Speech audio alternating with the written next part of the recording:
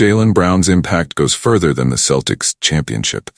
As Boston's title defense begins, Brown launches a program to uplift entrepreneurs of color. Boston, a recent evening with Jaylen Brown was a manifestation of the true power of sports. We met in the lobby of a downtown residential building.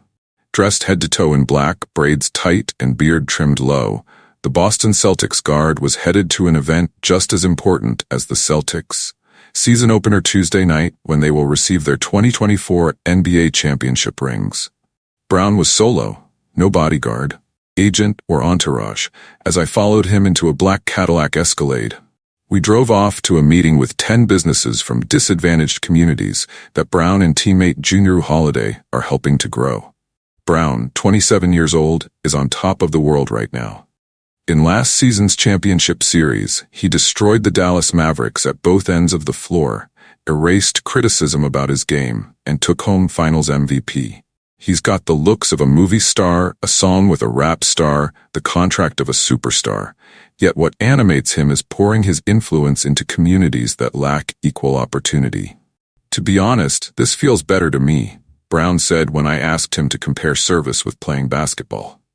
I feel responsible that my platform was given to me to help affect other people. The only time I feel happy is really when I'm trying to help other people. Hooping is like drinking water. It's like breathing at this point. You don't really feel anything anymore, unless it's like those big games or those high-profile moments. But for the most part, I think my platform was given just so I could help as many people as possible. In 2023, after signing a then-record $304 million contract, Brown said he would use his windfall to help eliminate the racial wealth gap.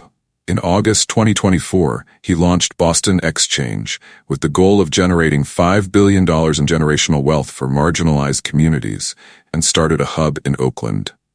Last Wednesday, October 16th, Brown let me tag along with him to a gathering of the first set of Exchange entrepreneurs, the Boston Creator Incubator plus Accelerator cohort. $5 billion would be a great goal to be able to accomplish that, Brown told me. But even just to continue to push boundaries forward. I think that the more we are adamant about pushing change forward, that's the most important thing. Continuing to push, instead of being like, everything is just fine where it is.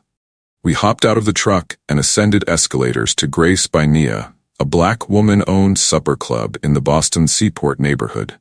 There was no red carpet or celebrity guests, just a down-to-earth gathering of cooks, clothing designers, hat makers, and more, along with academic partners from Roxbury Community College, Suffolk University, Harvard Business School, and the Massachusetts Institute of Technology's School for Entrepreneurship. Brown is focusing on the creative economy, people who make things. The first 10 entrepreneurs range from the Dorchester Art Project to Melanin Hair Care to the Future Masters Chess Academy. Each business will receive up to $100,000 over the next 3 years, plus mentorship, training, and workspaces. Funds are being donated by Brown, the JLH Social Impact Fund, founded by Holiday and his wife Lauren, and other philanthropic partners. True joy comes from things like this, Junior told me.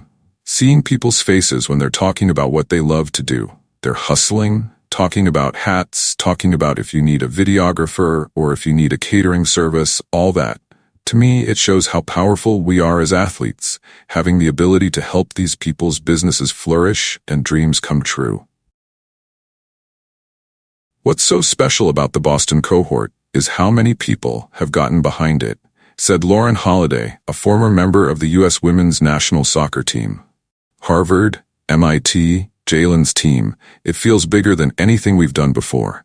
And it feels like the cohort is surrounded with so many options and so many people here that have their back. During his 8 seasons in the NBA, Brown has taken a revolutionary stance toward the status quo, whether that meant challenging police brutality against black people or an exploitative sneaker industry. He has positioned his new sneaker brand as more of a disruptive statement than a profit enterprise. I wondered if Brown saw himself as a disruptor, but he said no. I don't necessarily mind it because I get the vein it's being spoken in, but a lot of the things that I feel like I come up with or I'm a part of are solution-based. He said, just being a disruptor and then running off in the night, You only disrupted something. Everything I've proposed has been solution-based, whether it's my shoe company, where I've listened to the cries of athletes having the lack of choices and their value being withheld within the sports agency and shoe realm. And so I created another option. You look at the wealth disparity here in Boston. People of color felt like it has been tremendously hard to start businesses and maneuver through the hegemony that exists. So I started Boston Exchange. I like to offer a solution. My Anscape colleague Bill Roden, the trailblazing black journalist and author of The Definitive History of Black Athlete Activism, $40 Million Slaves, recently reminded us how Brown is fulfilling a higher standard for athletic greatness. How one uses fame and visibility to advance the cause of justice, respect, and freedom outside of the arena. That's what I saw last week as Brown spread his wealth, access, and fame over his first group of entrepreneurs. They won't be the last. We're building a family, Brown told me at the end of the night. We're building a brotherhood, a sisterhood, a collective of people. People of color who come from underserved communities and giving those resources to them, but also building those breadcrumbs to the next generation.